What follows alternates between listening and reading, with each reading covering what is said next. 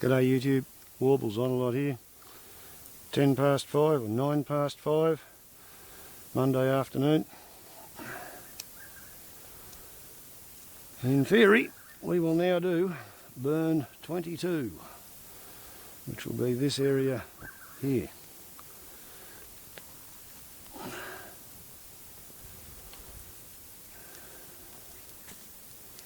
Almost dead still, which is good. That's what I want.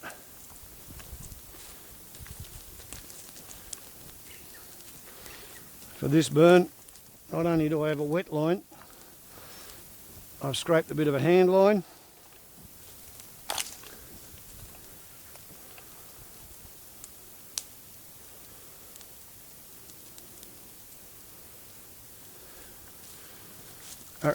And I've also got a hand line as well as a wet line around all of those reasonable sized trees, because I'm figuring some parts of this will burn quite seriously. Other parts, like here where I've field slashed, they might not burn too badly at all.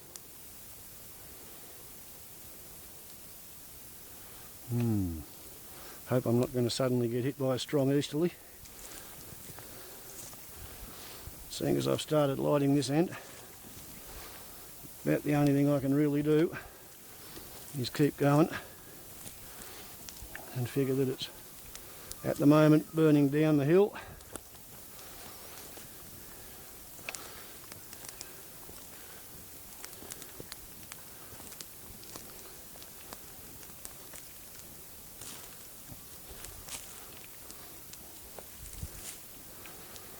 Well, that's good. It means the country that I've whippersnipped doesn't burn at all well.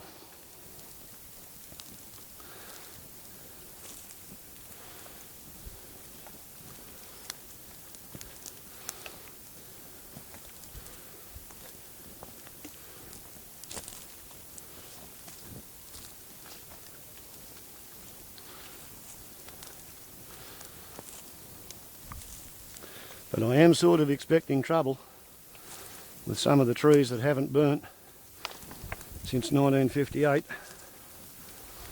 and they've got an enormous leaf pack built up around them.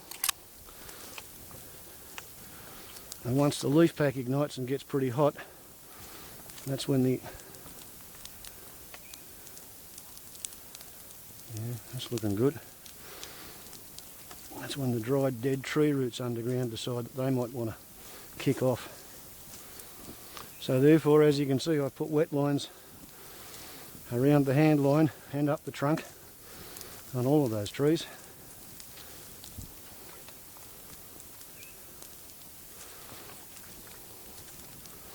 And I'm lighting right off the wet line.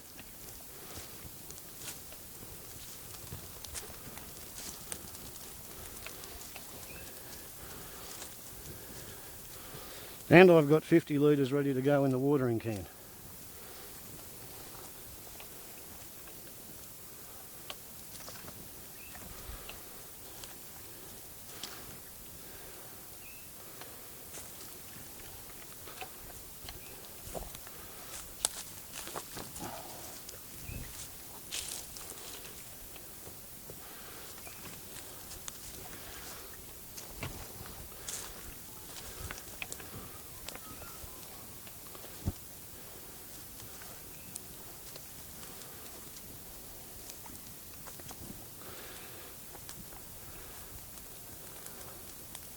The interesting bit is going to be when those Xantherias over there start to candle.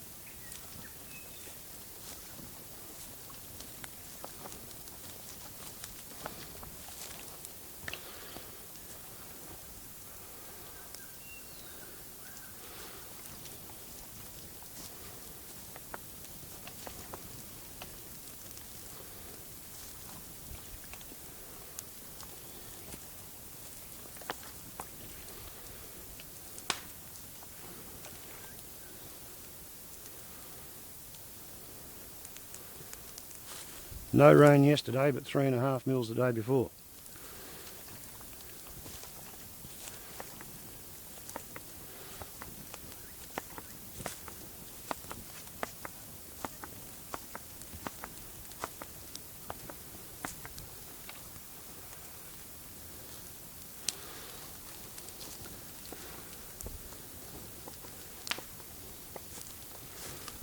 See how I've wet that tree there? Because I really don't want that to turn into a burning chimney and then fall over the fence. So I'm trying to do what they could probably call a precision burn.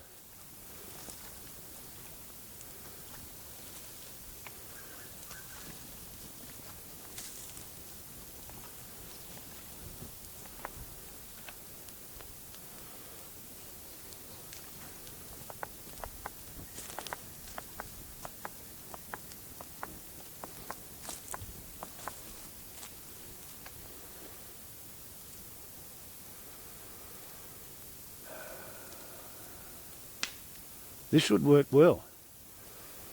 Let's hope it doesn't work too well.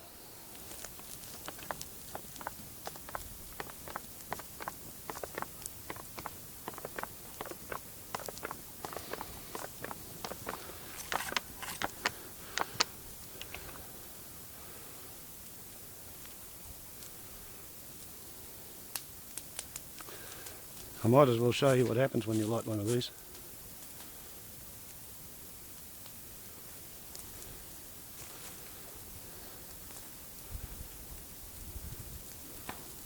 Pretty spectacular, isn't it?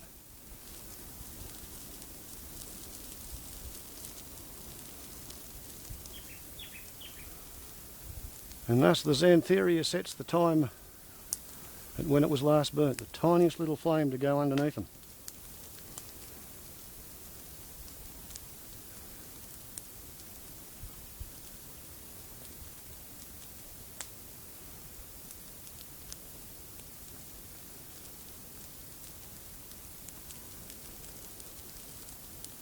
And because it's evolved to live in Australia, it doesn't actually hurt it.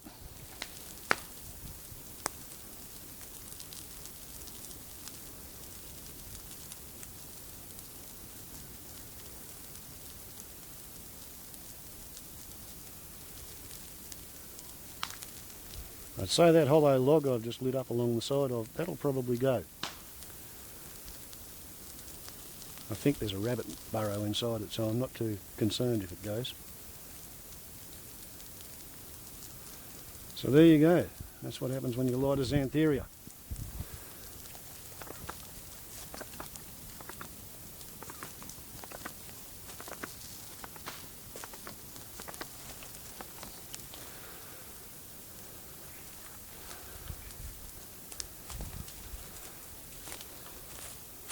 Better not walk over here alongside of the wetline to take the igniter.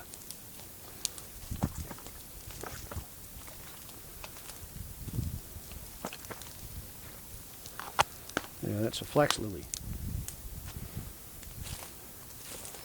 They burn pretty good too.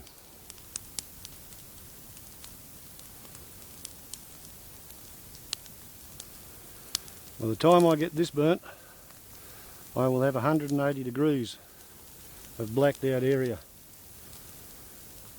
around the hut on the bushy side, so to speak. That's assuming it all works.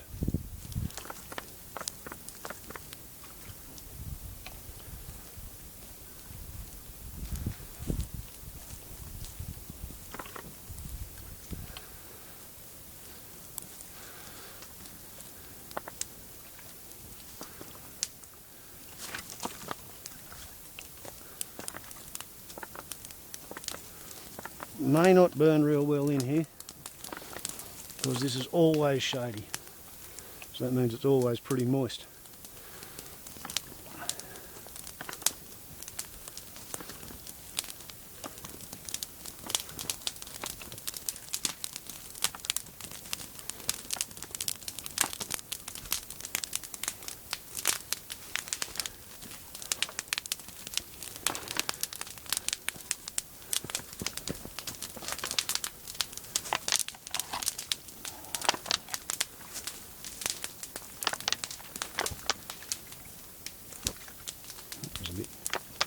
exciting.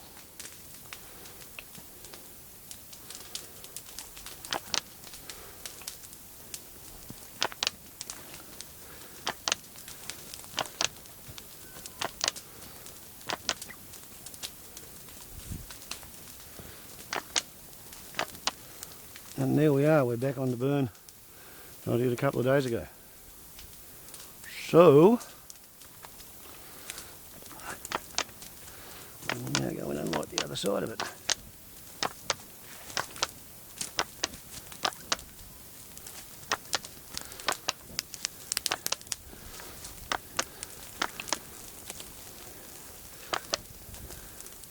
Don't know whether I've showed you this trick. You can actually use these things as a flamethrower. Squirt the fuel through the igniter.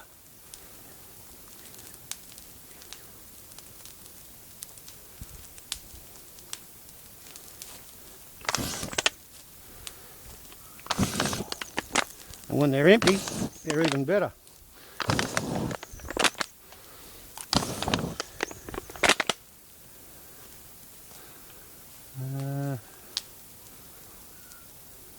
Okay, I think my nearest Driptorch-Fuel is straight across the fireground.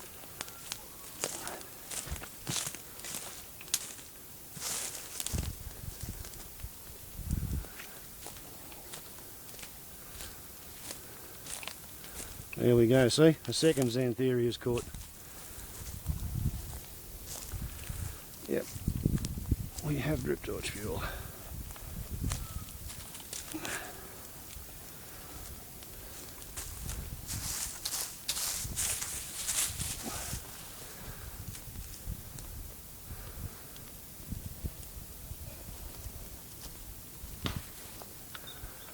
It's pretty smoky in here.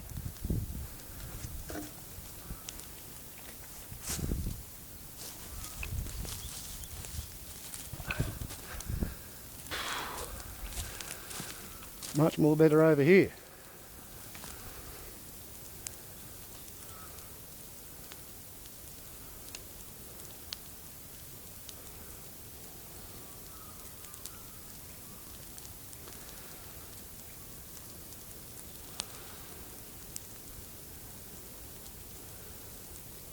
Right, so this is kind of set to burn up the hill against the slight easterly breeze.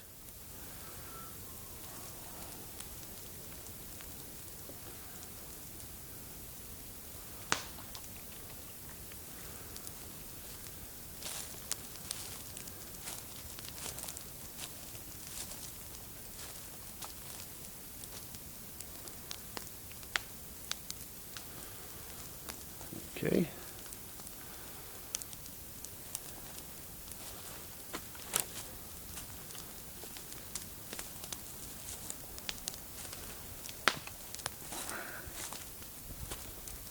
And over here on the country that needs relighting, it will get relit.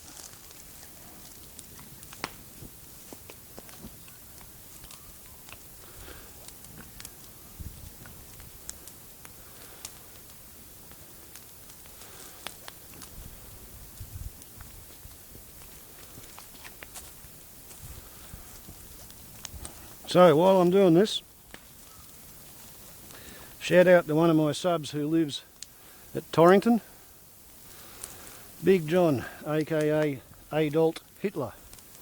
Gotta say, John, for a long time I didn't know quite what to make of your channel name.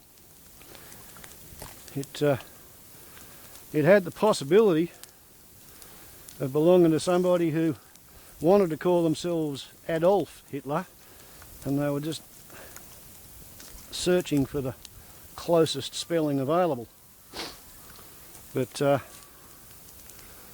really enjoyed our little conversation in the main street the other week.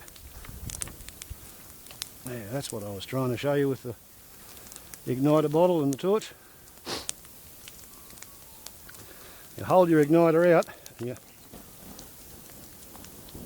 squirt through it. Instant flamethrower.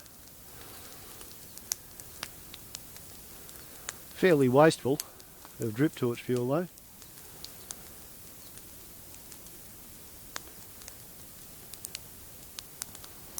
Okay, so now we have a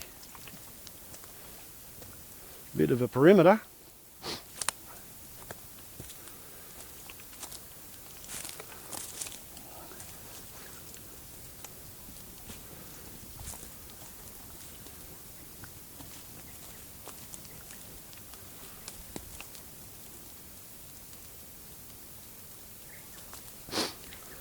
I can sort of try and get the fires to meet up.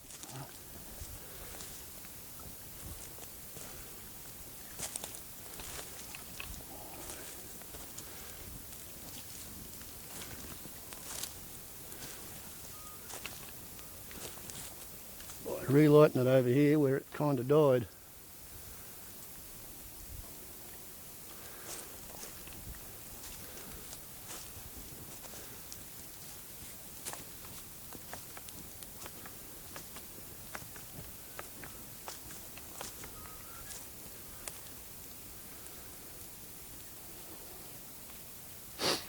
Yes, this didn't burn far in here, did it?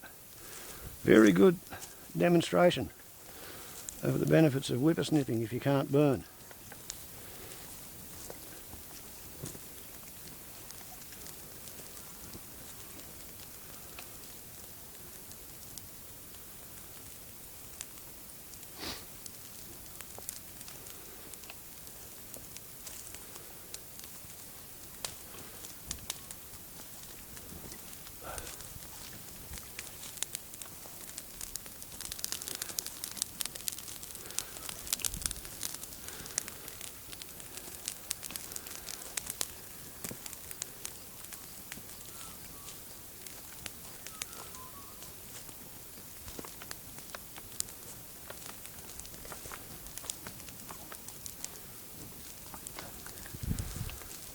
Of course, we're talking maybe 10 degrees air temperature, probably 50% humidity, so it's a very quiet little well-mannered burn out on the outside. But like I showed you with the Xantherias, it's going to have pockets of serious heat.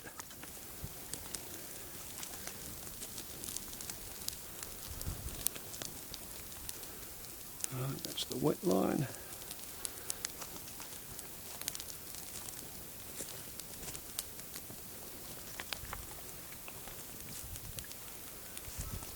Wow, I thought that would have burnt.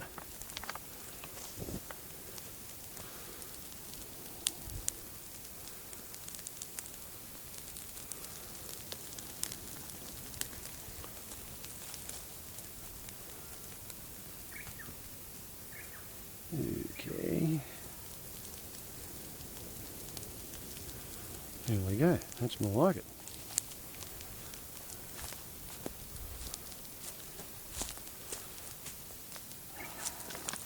Do your thing. Just pretty please don't burn that tree, okay?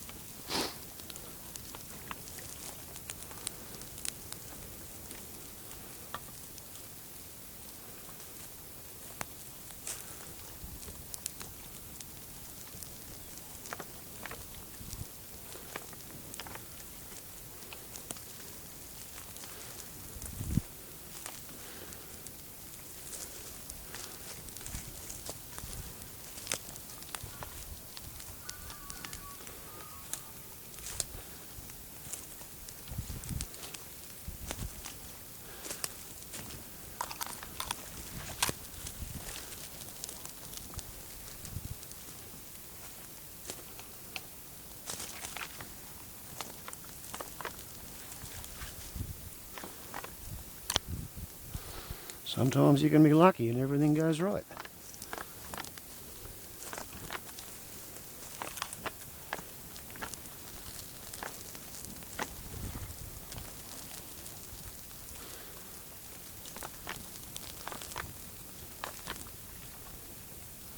Yep. I burned off the other side of this track last time.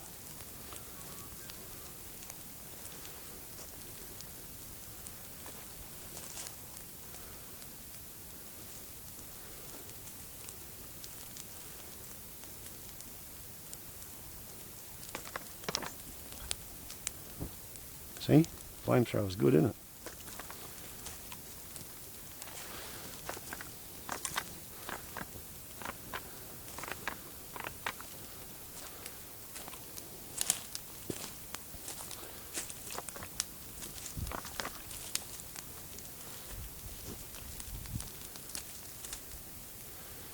And this is Spinifex.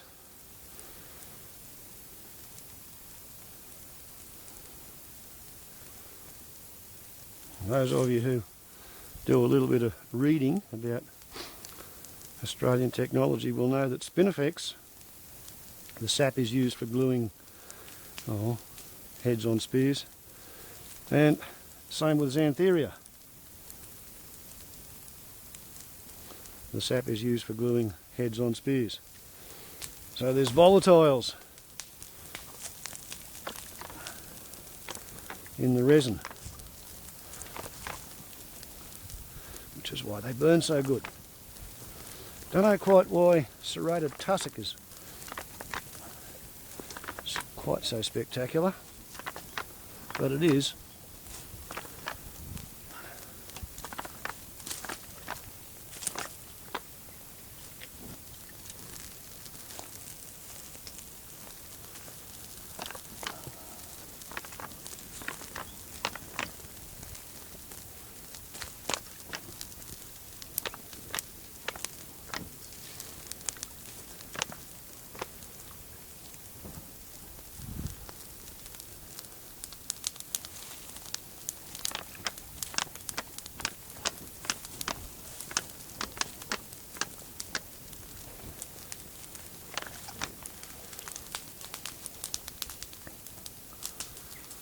Strange thing about bushfires, when the conditions are easy to get it to burn, you don't want it to burn.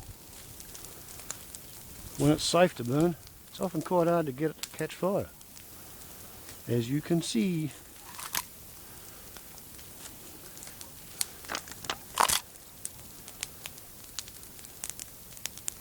This would be fairly uncontrollable if it was played with in the middle of the day, on a hot day, or in a strong wind.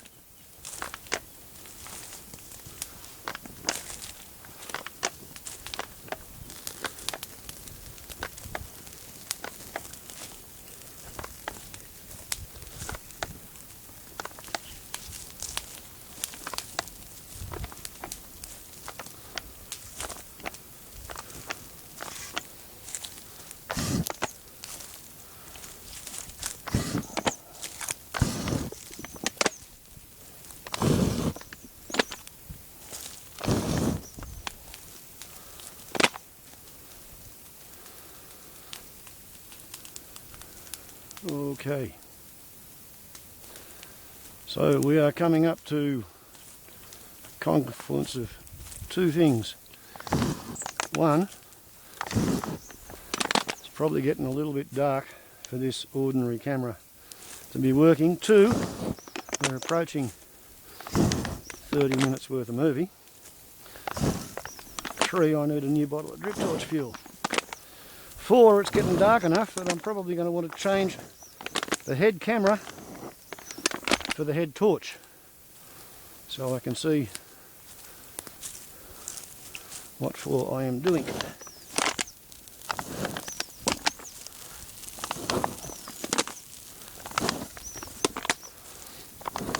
While I run around and ignite individual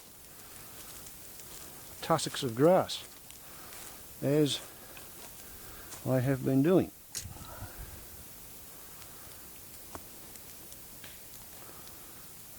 Okay, I'll take this one. So, in honour of everything I just said, I will first wipe the oil off my hand. That's a bit more better. And switch off the camera. Warbles on a lot to YouTube. Ciao.